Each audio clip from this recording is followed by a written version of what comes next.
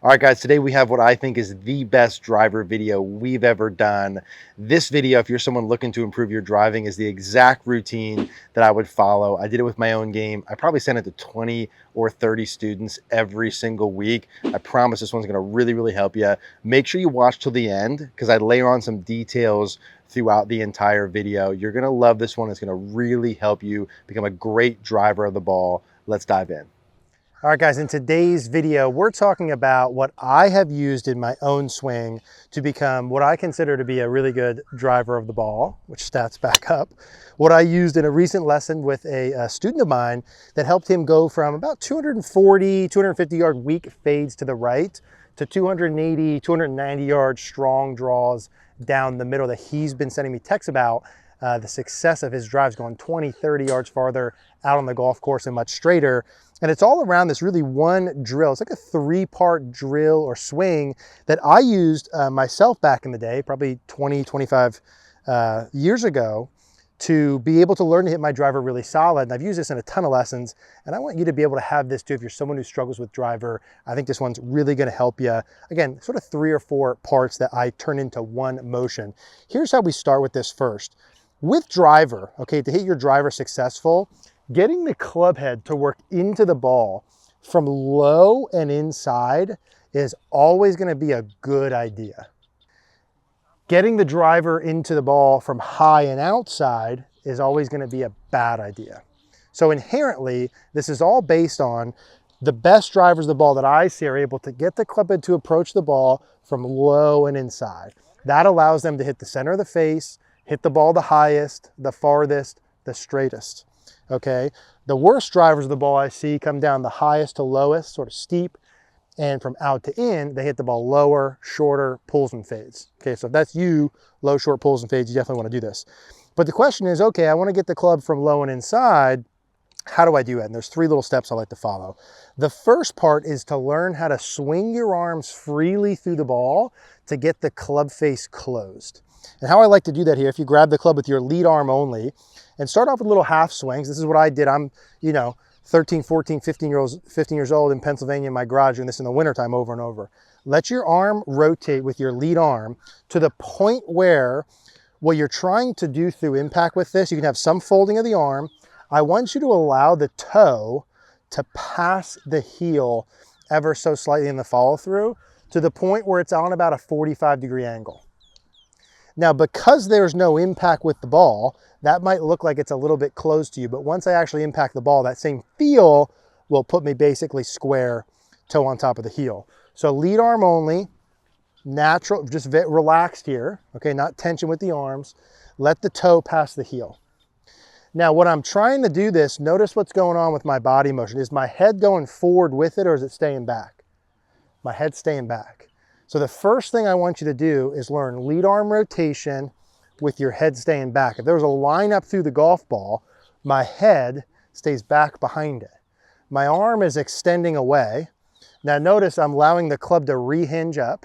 Okay, I'm not keeping it straight out. I'm allowing it to rehinge up, and I'm allowing the club face to naturally rotate right up the plane line with the toe in front of the heel. Now, once I'm doing a couple reps with lead arm only, when I'm with this student I was literally holding his head back, saying, go ahead, right? Like, let your arm rotate, it's okay. Let the butt of the club go away from you. Head stays back. Let it rehinge, natural rotation. Step 2 of this is add your right arm to it and still feel the same things. Now again, note what I'm doing here. Where's my head? My head stays back and my shoulder stays where? Down. If there's like one thing you could do with your driver, if you hit weak fades to the right, is learning how to let your arm swing freely through impact while keeping your head back and your shoulder down. Letting your arm swing freely through impact while keeping your head back and your shoulder down. Most players, when I show them this, what they'll do is they'll have their head go way forward and their shoulder will go way high. This like high shoulder, big arm rotation. That's not what I'm looking for. I want some natural arm rotation. I want some natural, let the club rehinge, but the head always stays back behind the ball and the shoulder stays down. So step 1, left arm only. Step 2, both arms. What I added, because I was still coming over the top when I was doing that, is a little bit now of, as I'm feeling this arm rotation with my head back, as I'm adding my trail arm with my head back and my shoulder down, not a lot of body motion yet. Now I'm gonna get a general sense of having the arms, as I'm doing that, swing a little bit more in to out. So I'm kind of feeling like this club's kind of, if the ball's 12, 1, 2, 3, kind of in here at 4 o'clock, out to 10 o'clock. So I'm feeling the same arm rotation, but this club is now feeling like it's going out to the right. Where's my head? Still back. Where's my shoulder? Still down. Now, the reason we're doing the free arm rotation first is because why? We said to hit the ball good with the driver, the club wants to come from low and inside. Now, if the club's coming into the ball from low and inside, what does the club face have to do?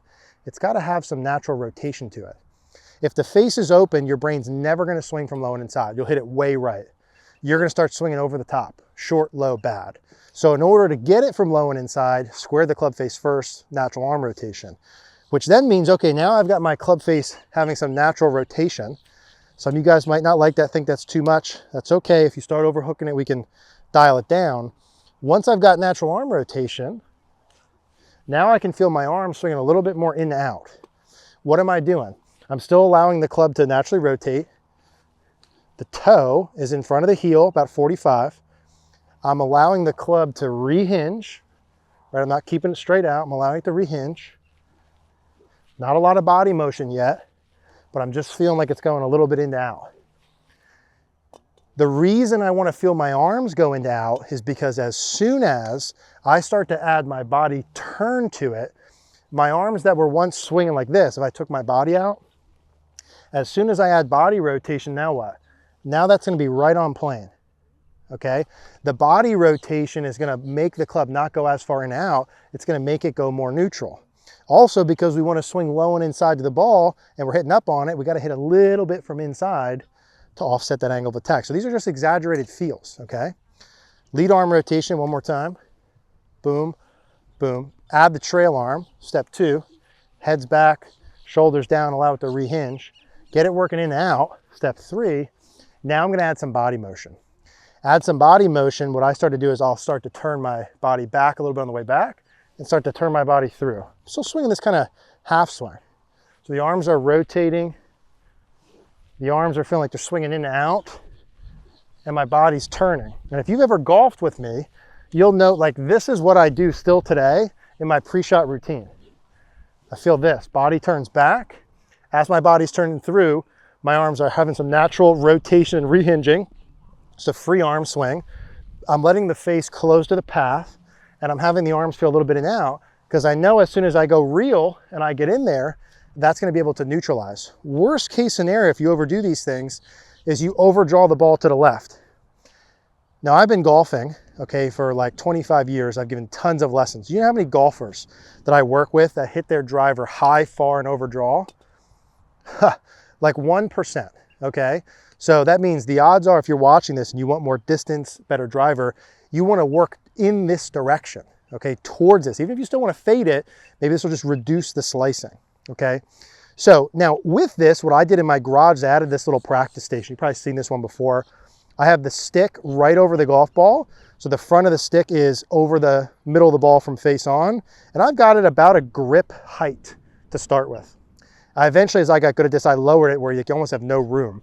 This is just to help give you a little visual of getting the club from inside, not high and outside as you do this. I also would like you to have a little club on the ground just to have a visual of where that club is working into the ball. So in your pre-shot routines as you're doing this, let's assume you've done a little bit of this first, right? Lead arm, add that trail arm, get the arm swing a little bit in and out, let the toe pass the heel. I'm adding some natural rehinging, some natural arm rotation. I'm allowing this arm to fold. I'm not chicken winging this way. Okay, I'm allowing some natural rotation, and add some body to it, back and through.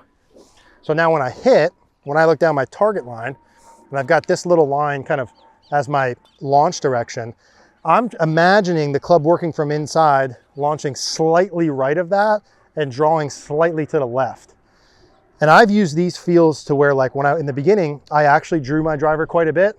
Now I use some of these just to hit it fairly straight. It just prevents an overfade.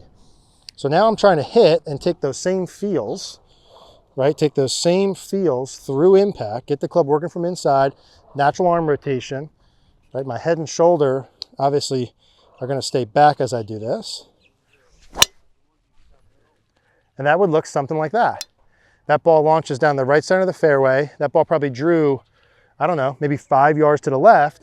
And I had those same sort of sensations that gave me that ball flight pattern that I wanted. So as I'm hitting here, what I really want to do, and what I do with the student of mine, I told him, hey, put this in your pre-shot routine. Like behind the ball back here is fine. Feel this once or twice. You know, take the club back just hip high. Feel the arms rotating. Head stays back. I'm trying to get the club head as far away from me as possible without my head going forward and without my shoulder going up. Remember, this arm rotation is not this. That's not what I'm looking for. That's going to cause you low point issues, contact issues. The head stays back, the shoulder stays down, the arms have natural rotation, and then I'm just adding my chest and body turning back and through. And you might need to feel this. Like if you're someone who curves it, slices it 30 yards to the right, you might need to feel this. You might still hit like a 10-yard fade, but you might need to feel this amount just to have that 10-yard fade. That's okay. It doesn't need to draw. You would just fade it less. So same sort of feels, head back, shoulder down, natural arm rotation through the hit. And there's the same sort of thing. So that one I actually overdrew a little bit. That probably started just left of center and drew like just into the left rough. And that's the goal here. Like when you're hitting your driver, that ball went high, far, and had a pretty solid draw to it. Now, if you're the like 1 out of 10 conservatively of people that I've met over the past 20 years or so that already overdraws your driver, then you don't need to do as much of the arm rotation piece. Okay, you don't need to do that part as much. I would still feel the arms going away, the head staying back, the shoulder down. I'd still swing from inside this. I would just be a little bit less aggressive with the arm rotation and just keep that toe right on top or even slightly right of the heel. Totally fine with that. But if you're still missing to the right, you need to do these things the most. And if you're doing this and you feel like you're really doing it a lot and the ball's still missing right, you got an issue earlier on. You got to check that. Send it to cogornogolf.com, come see us in person, something. But same feels here, right? Lead arm only, arm rotation. Club head's far away from me, head's back. I'm allowing it to rehinge, allowing the face to naturally rotate closed. Add my trail arm. Same thing, really key that the head stays back and shoulder stays down. Have I said that yet? Arms rotating. Kick that path a little bit to the right now as you do it. What a good driver drill this is. And then add some body, back, through. I'm not sure that there's any golfer in the world who wouldn't benefit from this. This is exactly what I did with my driver. It is the strongest part of my game, has been my whole life. Like as I get farther from the hole, I get better when I go play. Driver's always my best club. Same feels. And same sort of thing. So that ball's starting down kind of the right part of the fairway, drawing down the left edge. I'm just going to do one more. But these are the feels that you want to have. Arms, free arm swing to square the face. Remember, swinging from low and inside is good. Free arm swing to square the face. Add the arms to the right, add the body. Same sort of thing. Launching it a little bit right, having it draw back. Really feeling the head back, the arms rotating and rehinging and just adding the body to it. Same sort of feels. Same thing, big high bomb draw, starts down the right edge of the fairway, curves back to the center.